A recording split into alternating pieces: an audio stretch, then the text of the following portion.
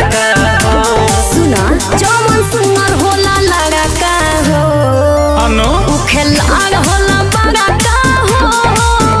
जवन सुनर होला लड़का हो खेलाड़ होला बड़का हो। अच्छा तब का